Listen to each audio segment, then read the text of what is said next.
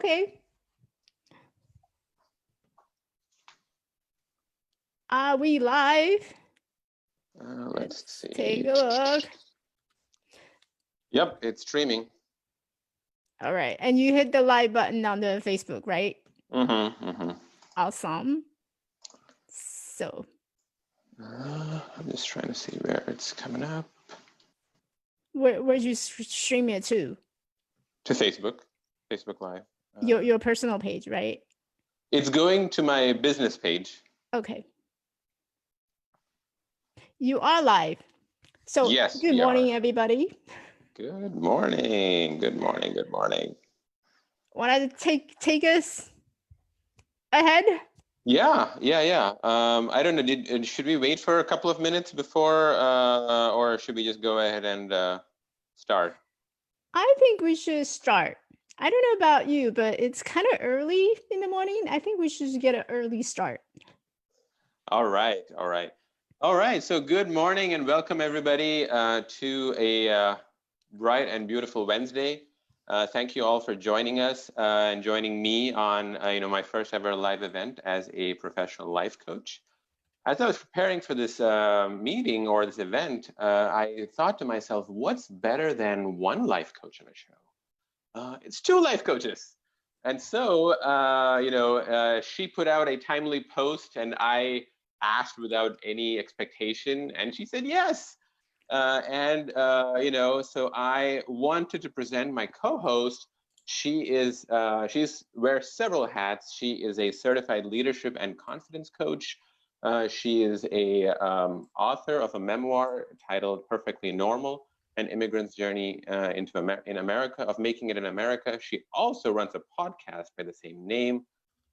She's also a motivational speaker. And as though all these things were not enough, she is a secretary for United Nations Association, Pasadena chapter, and she is a pharmacist. She's a PharmD at Keck School of Medicine, University of Southern California. So please put your hands together and welcome Michelle Quay. Good morning. Hi everybody. Yeah.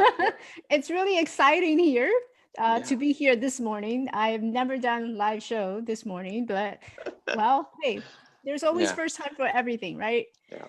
So well, thank you so much for agreeing to spend your time and energy with me today. Of course. So we're coach. What do coaches talk about? First of all, tell us about yourself. Yeah.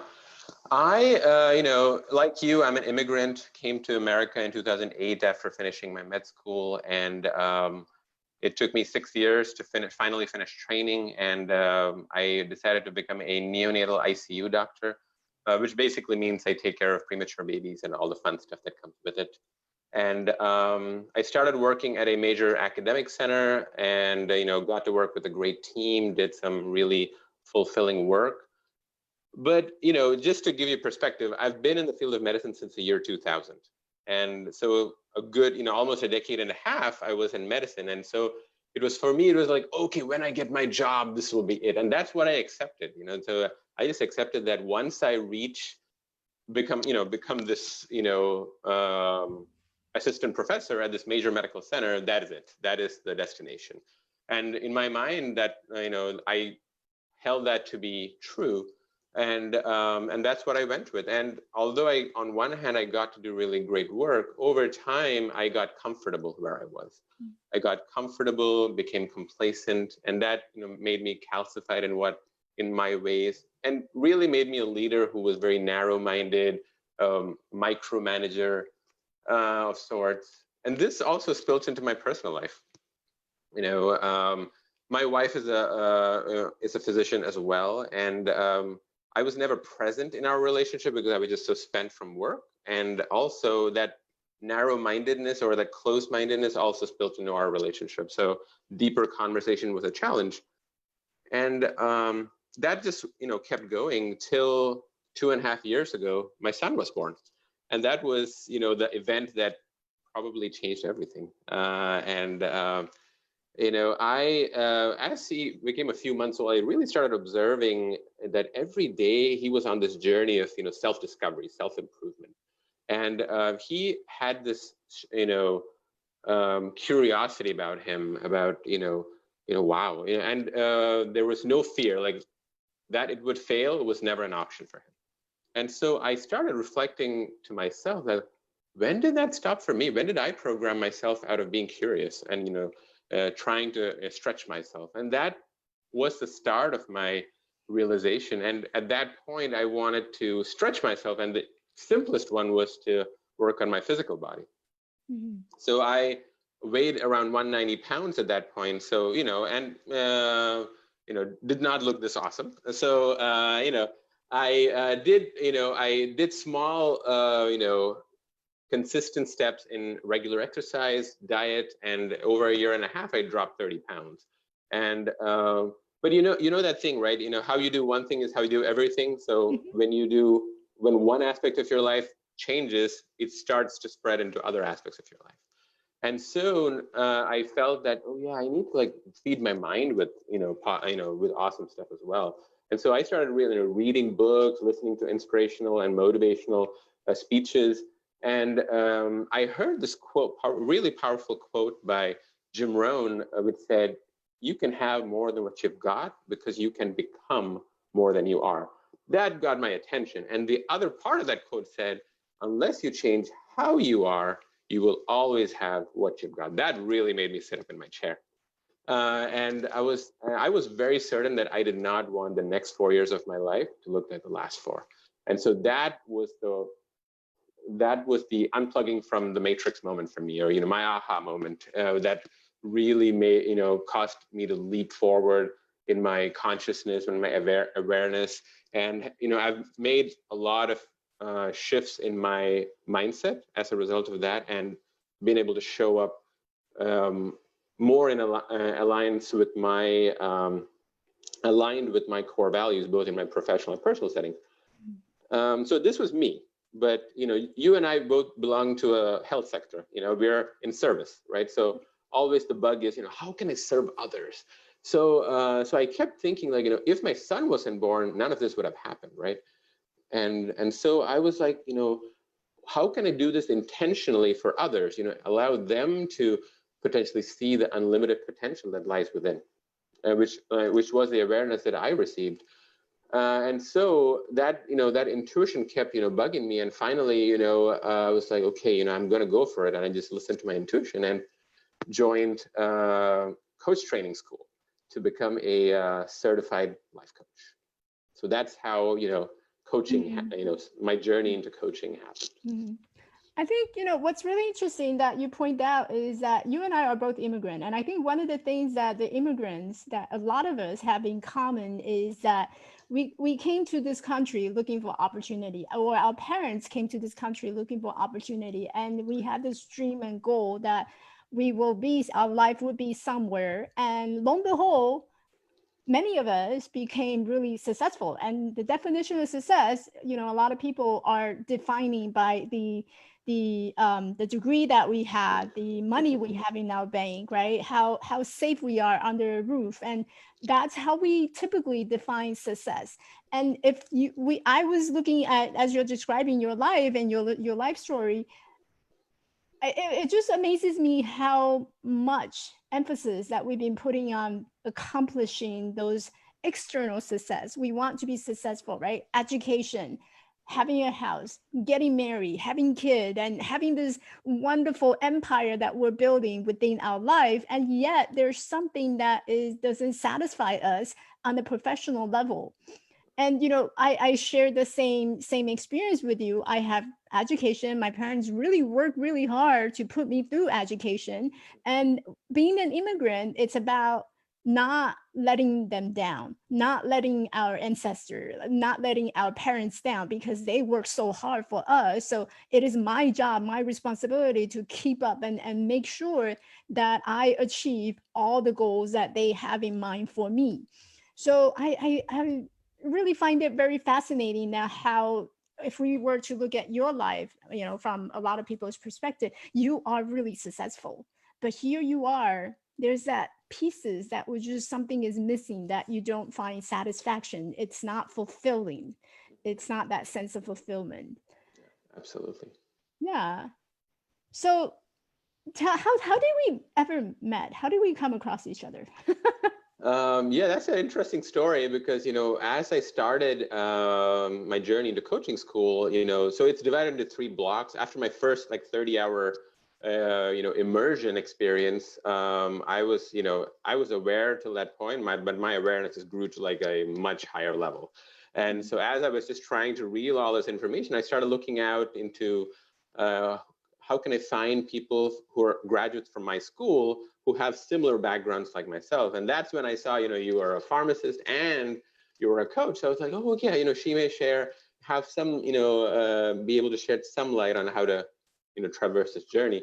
And you were kind enough to, spend some time on a call with me, just kind of explaining your journey briefly. And yeah, and after that, I just started following you, and I was just in awe of, all the cool stuff that you do.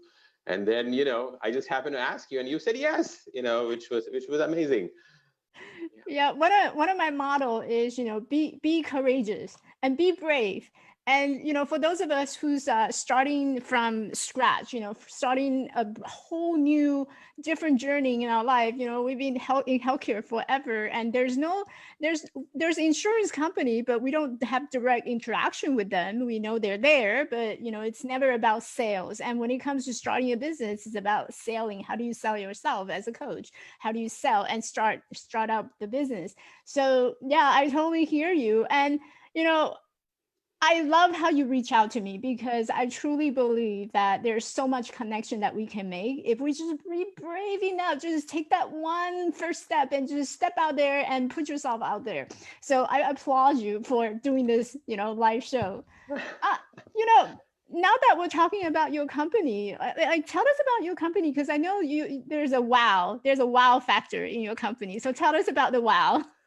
Yeah, it was a very intentional name. As I was reflecting and, growing in my awareness of myself and, where I'm at in my journey, I realized that, in every situation in our lives, we have a choice of how we show up, Mhm. especially in uncomfortable situations. We can either show up and react to a situation where, it's a knee-jerk reaction. We often regret how we came across, or you can take a moment and really respond in a way that empowers you. I'll just highlight with an example. So, I'm having a disagreement with my wife. Often we have minor trivial disagreements, but, I may be, just feeling bad about like, what was said or whatnot. But I can either choose to just lash back, just pure raw emotion, or I can just pause and say, hey, I really love my wife because, she provides me, she's centered, she's grounded, we have a really strong spiritual connection, she's patient. So I can choose in that moment to see all the things that I value about her.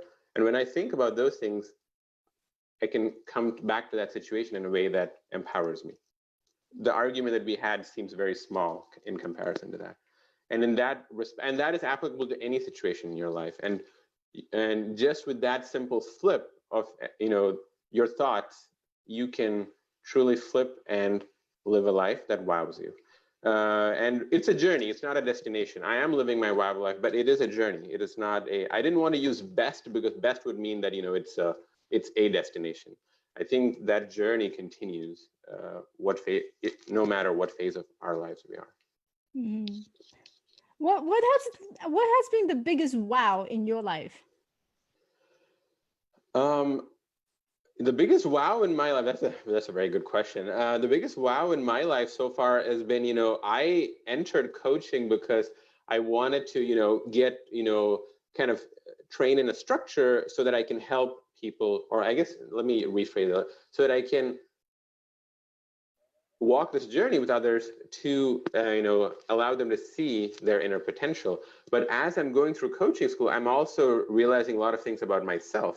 It's also, just as, we're always a student and a teacher, right? So I'm also learning more things that I can implement in my life, my personal Mhm. life and my professional life. And I've just been amazed that I'm like, if I can produce this much value by going to school in my own life, just imagine what I can do with when I work with others.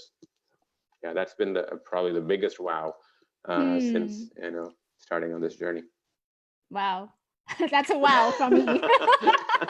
That would be a wow from me. Yeah, So I think my biggest wow would be the moment that I stood on top of Machu Picchu. So I hiked through a 4-day trail yeah, with my two crutches. And the day that I went to the top, it was wow, I made it. And I remember that's standing amazing. right at the sun gate, right before the last 50 steps to reach to Machu Picchu.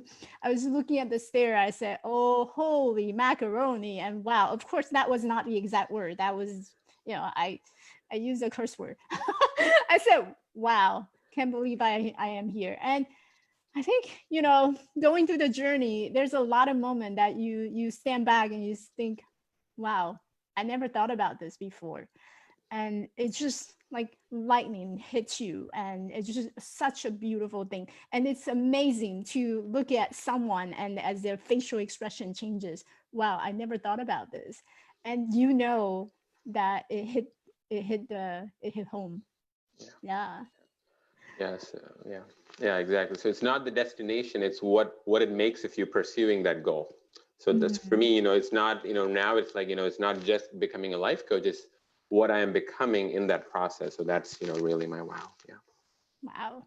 Wow. Well, so on this journey, what have you learned so far? Yeah. So one important aspect I've learned is gratitude. Gratitude is a simple yet very powerful tool to improve your state. It's a great way to start your day off. I wanted to start off with a quote that says, by Zig Ziglar, the more grateful you are for what you have, the more you will have to be grateful for. And I love talking about this because there's this concept of got to and get to, right? So people will say, I got to do this or I got to do that. For instance, I was talking to my dad the other day, and he's a physician himself, and he's still working amidst COVID. And he was like, I got to go to my job. So it indicates like compulsion or no choice, things like that. But I was like, Dad, you get to go to work. There are people who have lost their jobs. So I was like, it instantly shifted the way he thought about it, right? So in the case of my argument with my wife, I get to argue with my wife because I have a wife. I have a wife that I love, I cherish.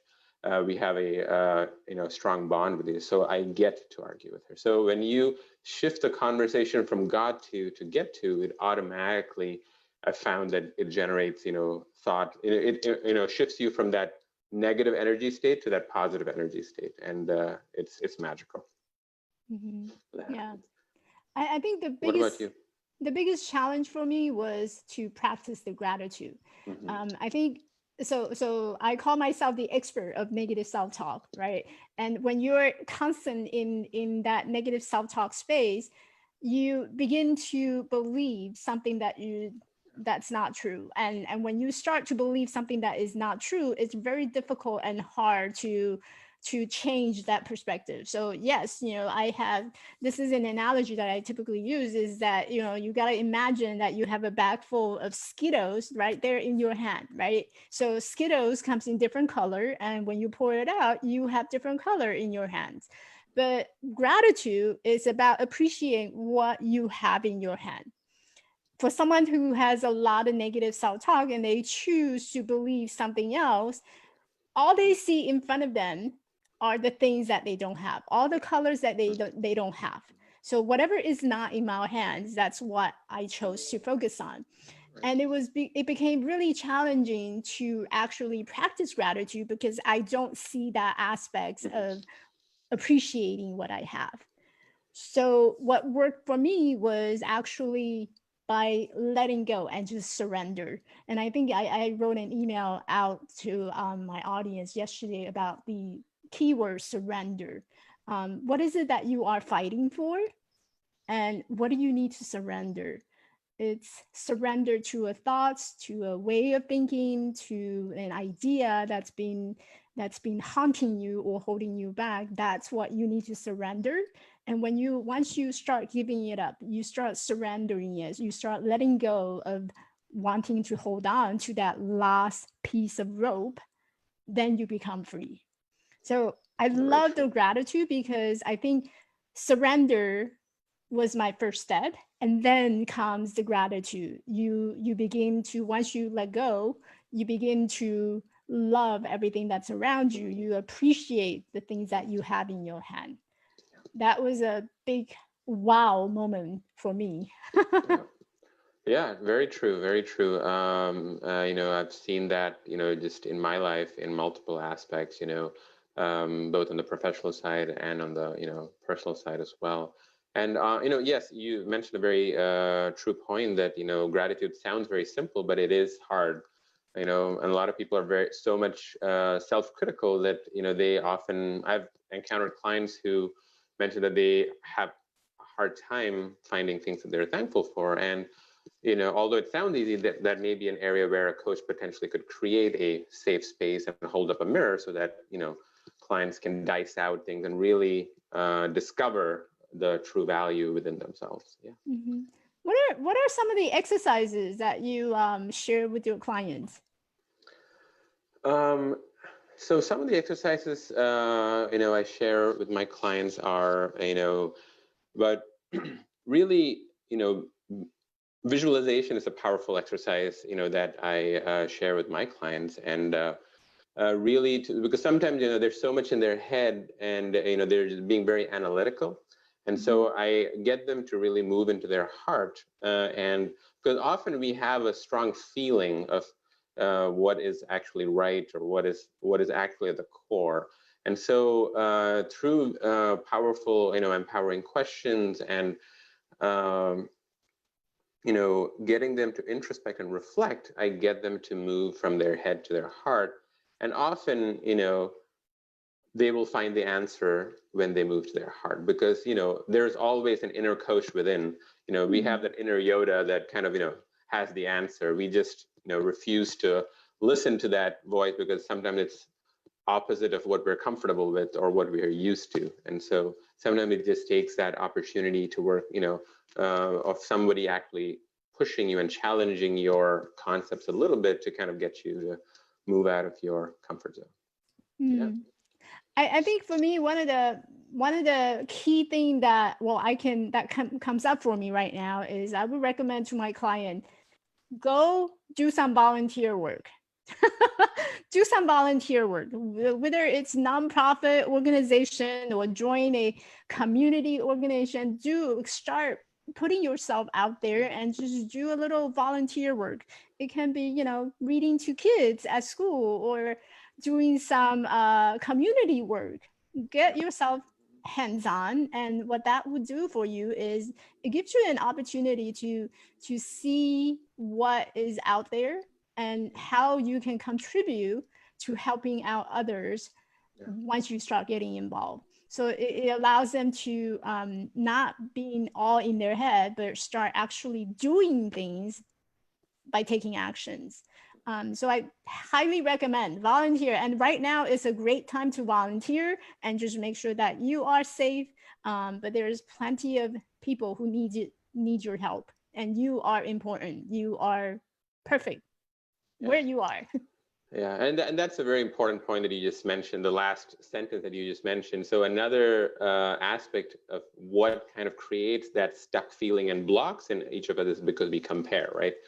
And where did that start? As children of immigrant parents, that we were always compared, right? I mean, it started off when we were a kid. Oh, look at that ideal kid, and then you grew up with like, oh, okay, I'm not good enough, or that was me. And and that continues as you grow into adulthood. We look at everybody else and find effective ways of putting ourselves down. Mm-hmm. And we oh, that person's more looks more handsome or more richer, has a better job, better spouse or partner or whatever.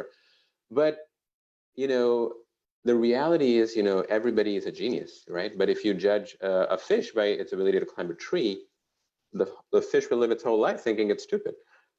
That I love quotes. You probably realize that by now. So that's a quote by Einstein. But really, what I tell walk with my clients is to kind of really discover those blocks and where they originated, and really walk with them to make that realization that they are enough. They Mm-hmm. are So we say, I am possible, I am enough, I have the magic in me. So um, so yeah, so that's another way of how I work with clients to get them to move past their negative self-talk, like you mentioned, or the blocks, or how we get stuck in our own ways. Yeah, and a lot of us don't realize that they're there because they've just been a part of who we are for so long. Yeah. What are some of the blocks, or how do we address for someone who's really stuck in that moment? Um, I think the biggest thing is buy-in, right? So I mean, we cannot make anybody do anything, right? So they have to actually feel what is that. So it's a question of what is it costing you, and what will it serve you to change, or look at it from another point of view. So I think once we basically, as coaches, we don't tell people what to do. It's basically we're walking with them on this journey, and shining a light where they want us to shine a light on, and really asking them, so getting buy-in, it would be the first step, because unless they feel like there is a need that they need to that need to change or explore, we cannot make. So getting buy-in would be the first step, and then trying to look at it from different lens of how could just playing the current scenario, and how could they approach it from a more empowering scenario. And Mm-hmm. often they get it, and depending on how strong that block is, it may need one session, or it may need multiple sessions to walk through that. Mm-hmm. And what are some of the tools that you use to help them to get that different perspectives? So, so at the core of it, I mean, journaling is a strong way of getting it. Depending on what the client, how the client resonates with that. There are different types of journals. If a client is super negative, doing a judgment journal is a good exercise. Basically, all of us have this innate biases that we have, right? And you see this, oh yeah, it's not the way I do it, Mm-hmm. So just start doing, without doing any analysis, just start writing down things that you're judging on a day-to-day basis. Mm-hmm. And also the value assessment tool is the other one, where you can really they can see all their values, and there's a scoring, like a 0 to 10 scoring sheet, where they can really see how much they value that, and how much they're actually taking action on them as well. And so when they have that visual or more objective representation of where they stand, then they're like, oh, okay, this may be an area that I need to work on. And there's another tool called the Wheel of Life as well. It's just a wheel that with different areas of their life, and they can kind of score about from a scale of 1 to 10 about where they are, Mm-hmm. and go from there. That's also a very simple but powerful tool of at least getting a start point Mm-hmm. to work on. So Yeah, I love that. I love the wheel of life because it really helps people to actually visualize it. So the wheel of life is basically a diagram. It's a circle, and the circle is divided into different sections, and each section you as a client will get to evaluate yourself on where you are. And a lot of us, give ourselves, I want it to be 100%, right? I want to achieve 100, and 100 is always great, but too often than not that we don't take our times and just really reflect on our lives, and where am I on that life scale, and on a 1 to 10, where am I, how satisfied I am with my money. Not very satisfied. Okay, let's talk about it. yeah, So I love the wheel of life. It's really powerful, and yeah. really it helps people to gain a lot of perspective. Um, Yeah. So like if we were to we have a couple of minutes left, yeah. if we were to just to wrap it up and sum up in terms of what are some of the key points that we want the audience to take away with from today, what would you say that would be? Sure. Yeah. Yeah. Great way to wrap up. So first would be curious. I think often we're so much in our head that we have a fear-based value system, and so be curious. Try to stretch yourself out of your comfort zone. You know, um, without, and try to let go of judgment, like Michelle mentioned, letting go. The second one would be, we always have a choice. We always have a choice in how we show up to situations. You could react or you could respond, and really respond in a way that empowers you and is more in alignment with your core values. The third one was gratitude, and remember that conversation of got to get to. And you'd asked earlier about an exercise. So gratitude journaling is a great exercise. Just listing out things that you're thankful for. And last but not the least, be a good finder. Instead of being, we all often try to find faults within ourselves. So be a good finder. So get out of your head and step into your greatness. And really take, and so that you can take the first steps into living a life that wows you. Yeah. Mm-hmm. Yeah. I think my biggest giveaway would be, we go through our lives and we go through this expectation, these boxes where people are putting upon us, right? So we keep living in this expectation. We're always wearing someone else's clothes. We ask our friend, hey, how do I look? Hey, how's my hair? How's my clothes? We never really look into the mirror and ask ourselves, like, how happy are you with yourself and where you are now? Are you happy with the success that you have? And is your success a feeling? Is it a milestone? Is it something that you have something to measure? Or is it a feeling of fulfillment and satisfaction? You may be really successful professionally, but on a personal level, are there any aspects of your life that doesn't feel quite right? And that doesn't feel quite right is usually the tip of the iceberg. So, my biggest takeaway would be to look at that tip of the iceberg. Where is it that you are not satisfied? Because that will lead to a roller coaster or avalanche of a lot of things to follow. So just take a look at that, and if you ever need a system or support, where can I find you? Yeah, you can contact me through Facebook. You can message me or through my business page, or email me at asif@liveyourwowlifenow.com. What about you, Michelle? Well, they can always go visit my website at elevatelifecoaching.org, and that's where you find all the information. Yeah. So Yeah. yeah, we have a few minutes. What do you think about like opening up to the people who may have questions they wanted to Yeah. ask us? You actually have quite a lot of audience on your Facebook, and there's a lot of people on Facebook right now. All right. So Yeah. So anybody have questions, please put that in the chat, and we would be happy to answer. Yeah. So as you were saying your last bit, I remembered one statement I often make with clients is, stop trying to be the next quote unquote famous person. Like they're always trying to like become like the next, oh yeah, like my friend who has everything. Be the first you. So in my case, I shouldn't try to be the next Michelle Quay. Right. So exactly. so I can take inspiration from, your journey and what's worked for you. But if I, do exactly what you did, it would not be authentic to who I am. And so, so just, be the first you. You are unique.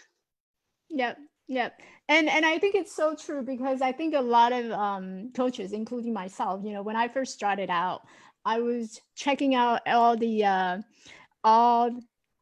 coaches, who have been very successful, and I wanted to copy them. I wanted to be like them.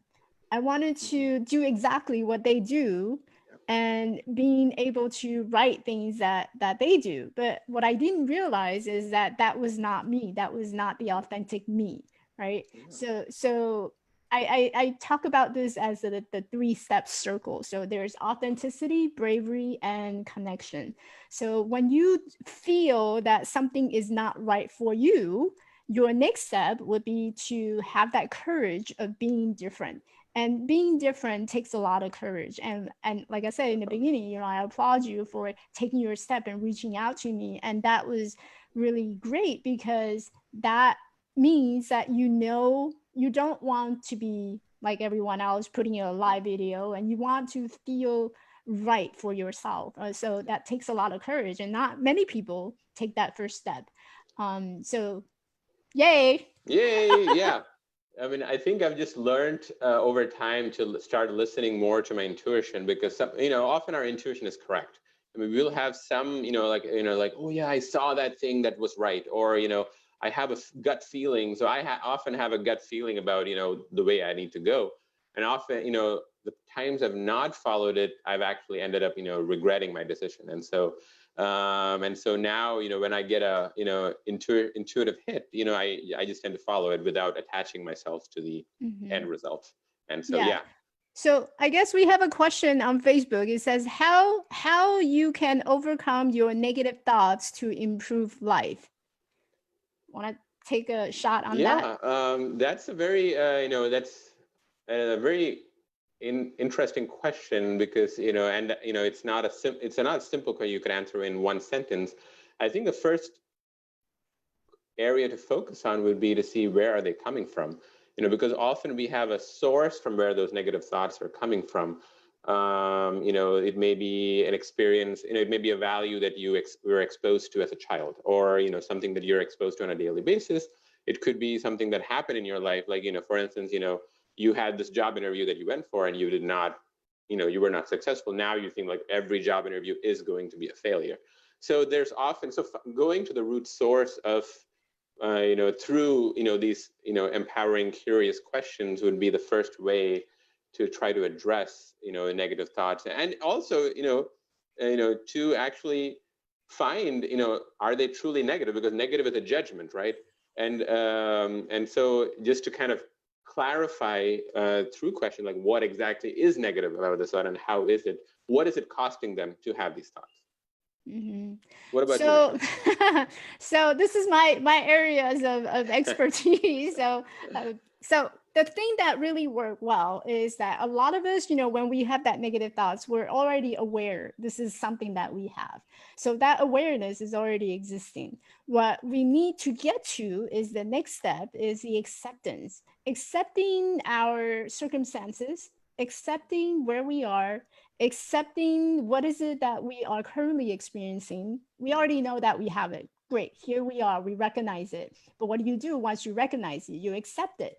And acceptance doesn't mean that you give up something. It doesn't mean that, well, you know what, it's there, I'm just gonna give up, I'm not gonna fight for it. Well, actually, that's a great approach, but we'll come to that. So accepting, what your current situation is. If you're comparing yourself to a situation, if you fail at a presentation in the past and now here you're stumbling again in the presentation, accepting that you are nervous, you are in front of the audience, and you may say something that the audience may not like. But accepting is about accepting your feelings, your emotion, and knowing that here you are, I'm feeling this, and it's completely normal to feel this way because you're standing up and doing a presentation, and that's okay. So accepting where you are, you're feeling, acknowledge them, acknowledge and validate them. Once you do that, you move on to the next step of forgiveness. Who do you need to forgive? You need to forgive yourself for having those feelings, right? So once you go through awareness, acceptance, and forgiveness, you don't forgive other people for being rude or being judging on you. You forgive yourself for coming up with these feelings, and that you are feeling the emotion or the nervousness or the thoughts or the ideas of you not being good enough. So these are the process. And if you're interested, I have worksheets on my website. So if you go to my website, then you can actually download a 3-day training on this. So yeah, Oh, that's awesome. my thing. Yeah. Any Excellent. other questions, our Facebook friends? Uh, so, what are common misconceptions of coaches, Michelle? What are what? What are common misconceptions of what coaches do? I think advice. Most people, a lot of clients come to me and they say, I need you to give me some advice. Yeah, yeah. I need you So, to tell yeah, me what to do. I we need don't do you that. to, I don't know, live my life for me. Yeah, yeah. Sorry, we don't do that. Yep. You own your Yeah. life. Yeah, you take full ownership of your life. Yeah. So what is coach? Like what should be the right Yeah, conception of coach? so a coach does not really tell you what to do. Like I said before, coaches don't help you. So people who approach coaches want to help themselves. And so coaches basically, the way I see it is walk with the client and basically shine a light in the direction that the client wants us to shine a light. And really through curious, empowering questions, allow them to the opportunity in that safe space to dice out their inner thoughts and those that thing that you mentioned before, that something is not right, that feeling. So sometimes they just may be in a state where they don't have the opportunity to kind of think out loud. So as coaches we create that safe space for them and no judgment. So this is a judgment-free zone. Yeah. And so, we don't, as coaches, we don't have an agenda. The agenda is the client. And that's the main difference between talking to friends, because friends often think, or sometimes family, they think that they know what you want, or they have their own agenda to come, to bring to the table. As coaches, we do not. We come with a blank slate, and and we're not attached to the result. So I want to walk with the client, and if they figure that out themselves, that is our goal. And if they need one session to do that, or if they need more sessions to do that, but telling them what to do is definitely not coaching. Yeah. So I imagine coach. So the easiest scenario or the analogy that I usually share with my client is if they're a guy, right? So I want you to imagine we're almost in fall and we should have football season coming soon. I don't know about this year, but I would like to see my football team, my USC. Come on, USC, Trojan. yeah, Right. Trojan, yeah. But so I imagine, this we are the coach standing at the sideline, and the clients are the ones who's holding the ball, running down the field. You may be the quarterback, and there you are. You're running the first 10 yards, 100 yards, and there you go. And the coach is there just standing on the side and just chilling and say, you know what? To the right. And you know what? Sometimes you do have to push the client a little harder. So I am standing on the sideline, pointing all your blind side, and telling you which direction you may choose rather than which direction that you go. Because as you're running down the field, you may not be aware that there's another direction that you can go that can clear your path going down and hitting the goal field, right? So the coach is really pointing out which direction that you can choose rather than staying focused on just one direction that you're going to hit the rock bottom and you're going to get stuck. So that I think it's a lot about partnership. It's not about me running your life or me telling you what direction to go. It's giving you the choice that you can choose. Exactly. Yeah. Exactly. So not mentoring, not advice. Yeah. All right. And I don't think there's any more questions that we're seeing. So, well, shall we wrap up, Michelle? That's a wrap. All right. Thank you so much again for spending your time and energy. I know it's fairly early on the West Coast, but thank you so much for taking the time. No problem. Thank you for having me. Yeah. Take care. Bye-bye. Bye.